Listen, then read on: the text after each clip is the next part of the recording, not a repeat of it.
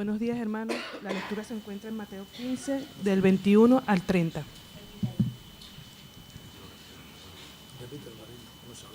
¿No se ha escuchado? La lectura se encuentra del 15, en Marcos 15, del 21 al 30. Y obligaron a uno que pasaba, Simón de Cirene, padre de Alejandro y de Rufo, que venía del campo a que le llevase a la cruz.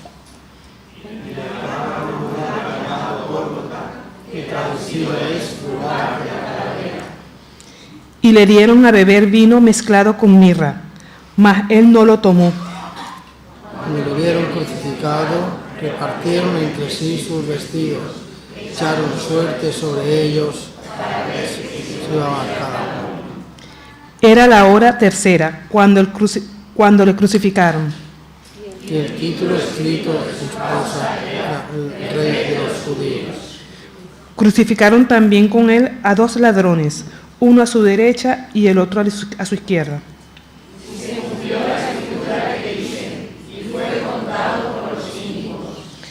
Y los que pasaban le injuriaban, meneando la cabeza y diciendo: va, tú que derribas el templo de Dios y en 3 días lo reedificarás. Hasta aquí la lectura. Gracias te damos, Señor, porque podemos estar en tu casa, Padre. Para nosotros es un privilegio, Señor, y un honor poder compartir contigo, Señor. Sabemos que estás con nosotros, que nos guardas, Señor, nos bendices. Que todo lo que hagamos, Señor, sea hecho de corazón y sabes, Señor, que es por y para ti. Gracias por todas tus bendiciones, Señor, y dejamos el culto en tus manos, Señor, y que se haga siempre tu voluntad, Padre. Que todo te pedimos en tu santo nombre. Amén. Pues nos disponemos ahora a escuchar la palabra de Dios. Nuestro hermano, el doctor Manuel Esteban, acompañado de su esposa Lidia y sus 3 hijas. Pronto lo veremos acompañado con la esposa y los maridos, porque las hijas ya son grandes. Agradecemos porque ellos hacen un viaje largo, venir desde Reus hasta aquí, y estamos muy contentos de poder estar con nosotros. Él es el doctor de la residencia de ancianos cristiana que tenemos en Reus, y tiene su oficio, pero también tiene un oficio de predicador del Evangelio, como podréis comprobar. También sé que le acompaña un matrimonio, el señor Francés Méndez y su esposa, que están aquí. Así que bienvenidos, adelante, a escuchar la palabra de Dios.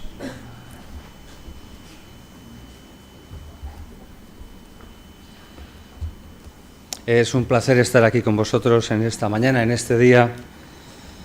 Esta vez no hacía demasiado tiempo que estábamos con vosotros, y os agradecemos la invitación para poder compartir con vosotros la palabra del Señor en este día,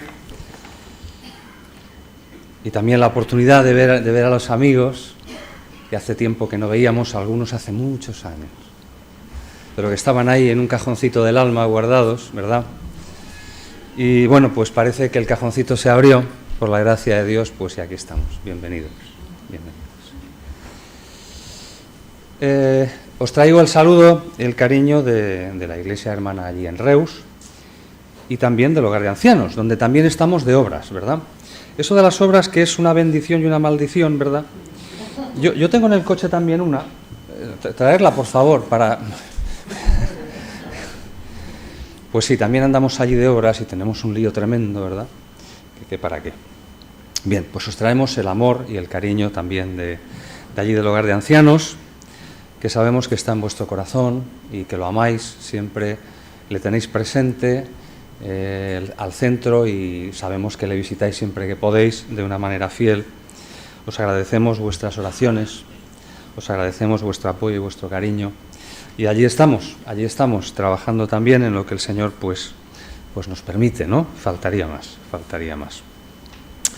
Yo quisiera en esta mañana compartir con vosotros una historia de la cual tenemos muy pocos datos, muy pocos, poquísimos, Pero yo creo que los suficientes. Los suficientes.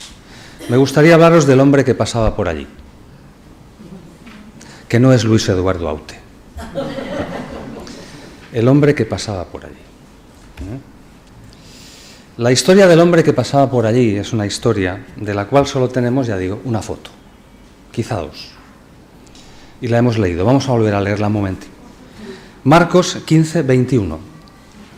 Dice, y obligaron a uno que pasaba por allí, Simón de Cirene, padre de Alejandro y de Rufo, que venía del campo a que le llevase la cruz. Y ya está. Y ya está. Bueno, ya está. Lucas nos da un pequeño detalle más, si queréis. Lucas 23, 26 dice, y llevándole a Jesús, tomaron a cierto Simón de Cirene que venía del campo, le pusieron encima la cruz para que la llevase tras Jesús. Este es el texto complementario al que hemos leído y que nos permite avanzar en esta historia, esta foto, mejor dicho, de la historia de un hombre misterioso al cual le cayó encima un peso que no esperaba. Y vamos a decir, o vamos a hablar de tres cosas en esta mañana, brevemente, acerca de Simón de Cirene, el hombre que pasaba por allí. En primer lugar, vamos a hablar de el hombre que venía del campo. El hombre que venía del campo. Jerusalén estaba abarrotada. En la Pascua judía se congregaban en Jerusalén entre 2 y 4 millones de personas. Esto es algo que quizá no hemos pensado, pero es así. Entre 2 y 4 millones de personas. Jerusalén estaba abarrotada de gente, con diferentes motivos e intenciones, formalmente religiosas, pero con diferentes motivos e intenciones. Y sin embargo, ahí tenemos a ese hombre que está en su vida, en su pequeño mundo de cada día, en sus cosas. Parece que ha acabado su tarea, la que fuere, su jornada, y vuelve a la ciudad, vuelve a casa a descansar. No sabemos qué estaba haciendo de madrugada o de mañana en el campo. Quizá le habían dado el agua para regar, eso que pasa, ¿eh? Te dan el agua a veces y le toca a las 3 de la madrugada, y tú vas a regar a las 3 de la madrugada. Que es como estar de guardia, pero de otra manera. No sabemos. El hecho es que, bueno, todo el mundo está allí, en la ciudad, con lo que está pasando, pero él viene del campo. Sus cosas, su trocito de terreno, su campo, su hora de regar o lo que sea. Lo que él no sabe es que su jornada hoy aún no ha acabado. Hoy va a ser un día para la historia. Aún no descansará. Aún no descansará. Se encontrará volviendo a la ciudad el ajusticiamiento. Los ajusticiamientos en la antigüedad eran verdaderos espectáculos. Y muchas veces alrededor de un cadalso se juntaba una gran multitud, unos con pena, otros con morbo, otros por curiosidad. En todo caso, un verdadero espectáculo. Y ahí tendrá el encontronazo no buscado. A él, que ni le va ni le viene lo que está pasando allí, y que es motivo de que gran parte de Jerusalén se haya congregado, al menos a esas horas, en las calles. Él que no participa de esas cosas, que quizá solo sienta una discreta curiosidad por ellas, porque está en lo suyo. A ese hombre hoy le va a venir un accidente, que será lo más importante de ese día. No era ni lo que iba a hacer, ni lo que había hecho, ni lo que tenía pendiente. Y cuando llegue a casa, dirá, ¿por qué llegas tan tarde hoy? ¿Qué ha pasado? Porque no hay móviles, ni el WhatsApp.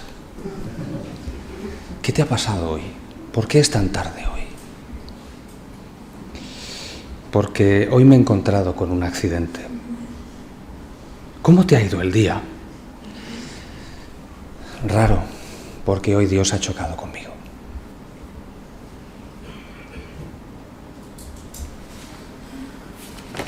Y es así como vamos a hablar del segundo punto. Dice, me he encontrado al Dios necesitado. Sí, el hombre que venía del campo se ha encontrado al Dios necesitado. Dios no nos necesita para nada, eso está claro. Si hay Dios, no nos necesita para nada. Pero el amor de Dios, cuando lo hemos probado, aunque sea poquito, nos deja un regusto curioso, inesperado y más profundo de lo que pensamos. Y muchas veces Dios se nos presenta, porque la Biblia nos habla de un Dios personal, y lo conocemos, lo sabemos. Dios se presenta ante el ser humano muchas veces con tanto amor, como si Él tuviera una necesidad. Y así a las 3 de la tarde, con un sol que cae, que no veas, se sienta en un pozo, como sabéis bien, a esperar a una mujer que justamente sale a esa hora para no encontrarse con nadie. Y dice, maldita sea, ¿qué hace ese tío en el pozo? Bueno, no lo dice, pero lo piensa, ¿verdad? Justamente ahora tiene que haber alguien sentado en el pozo. Y encima es judío. Ostras. Y la estaba esperando a ella. La estaba esperando a ella. Y le dice, ¿me puedes dar agua, por favor? Tengo mucha sed.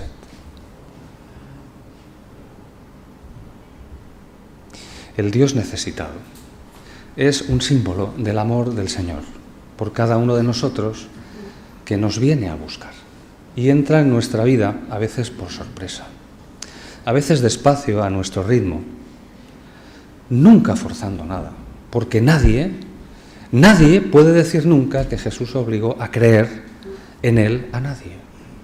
Siempre dijo, ¿qué quieres que yo te haga? El Dios necesitado. Simón de Cirene, o su historia, esta foto, es la historia o la situación paradigmática de esa realidad. Porque sin comerlo ni beberlo, lo coge la policía militar y dice, tú, pasa ahí. Y le meten la cruz encima y dice, ahora la llevas.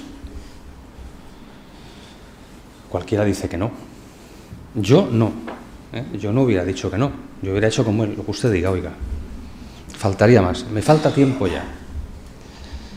El Dios que necesitaba conocer Simón de Cirene era justamente ese. No sabemos por qué, pero Lucas lo recoge y nos deja esa foto. El Dios personal que él necesitaba conocer en su comodidad, su mundo, sus cosas, es algo que estaba sucediendo en ese momento para toda la historia de la humanidad y para él también. Y el Señor le llama. ¿Y de qué manera? Y lo mete allí en medio, cuando él no tenía nada que ver con eso. Y el Dios que él necesitaba conocer, su Dios personal,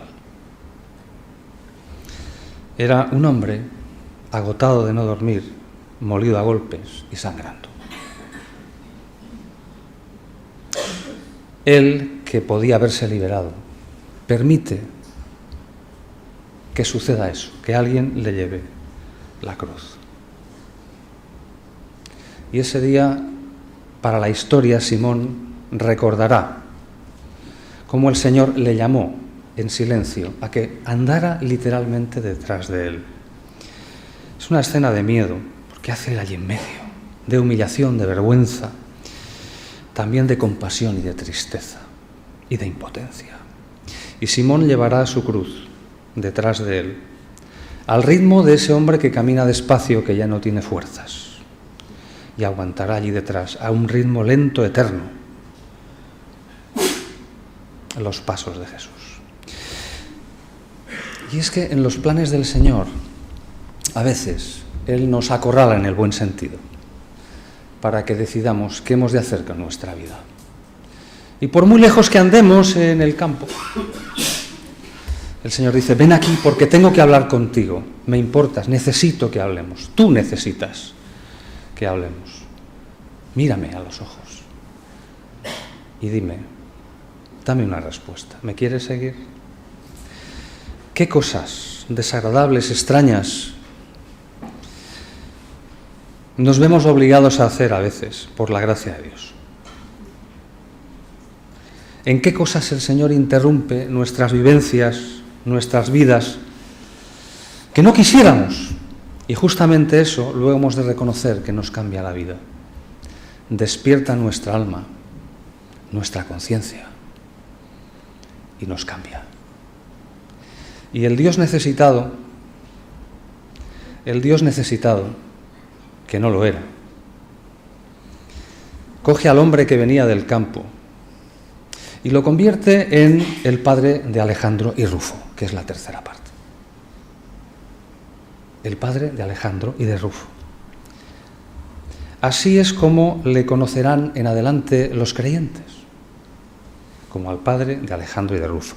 Yo también, yo con los años he dejado de ser Manuel Esteban y soy el papá de Ada, de Patricia y de Irene. Qué triste, con lo que yo he sido,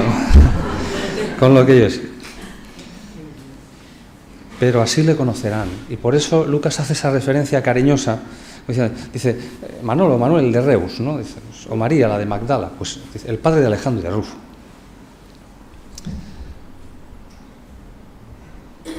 Él tendría un mensaje para compartir desde aquel día. Yo he llevado la cruz del Señor. Yo que no lo merecía, que no entendía nada, que no sabía, que estaba en el campo. El Señor me dijo, quiero que tú, no otro, tú lleves mi cruz. Y andes detrás mío. Y pienses, te he llamado para que me sigas. Yo he llevado su cruz. Y él podría decir, ¿cuál es el milagro más grande que hizo Jesús? ¿Cuál es el milagro más grande que hizo Jesús? Nos gusta pensar en el Dios espectacular, que hace cosas y tal. Me parece muy bien, No sé cuál es vuestro milagro favorito. Mi padre que ahora, de aquí poco, hará 4 años que falleció, le gustaba ese pasaje que dice que bueno, pues Dios calma la tempestad. Y había predicado más de una vez sobre eso.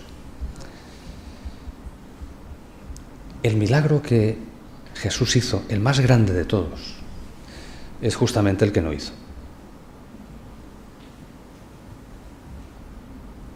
No fue espectacular. Estuvo allí colgado de la cruz y la gente le decía, baja ahora y creeremos. Lo hemos leído. Ese es el más grande.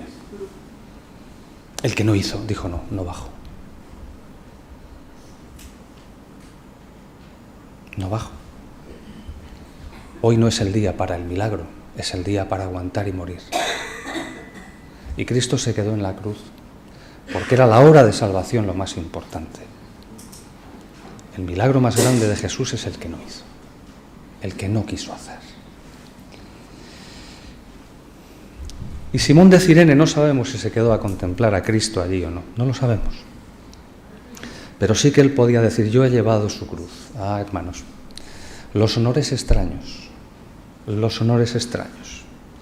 ¿Qué no hace el Señor con nosotros para que le conozcamos? Cualquier cosa. Es el amor de Dios. Yo he participado de la cruz de Cristo, he compartido su peso. Y el Señor nos llama a que hagamos eso, también a que participemos de llevar la cruz del Señor. Compartamos el peso de otros. Ayudemos a otros también a veces a llevar su cruz, que cada uno tiene la suya. Pero también es cierto, como dice el apóstol Pablo en Gálatas, que hay cargas que no se pueden llevar sobre unos solos hombros, demasiado pesadas para que las lleve una persona sola. Y somos llamados a compartirlas. Como Jesús permitió que alguien llevara la suya. Aquello que no nos toca, que no está en nuestro deseo, incluso a veces contra nuestra voluntad.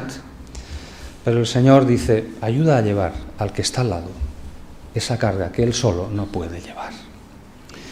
El padre de Alejandro y Rufo, un hombre diferente.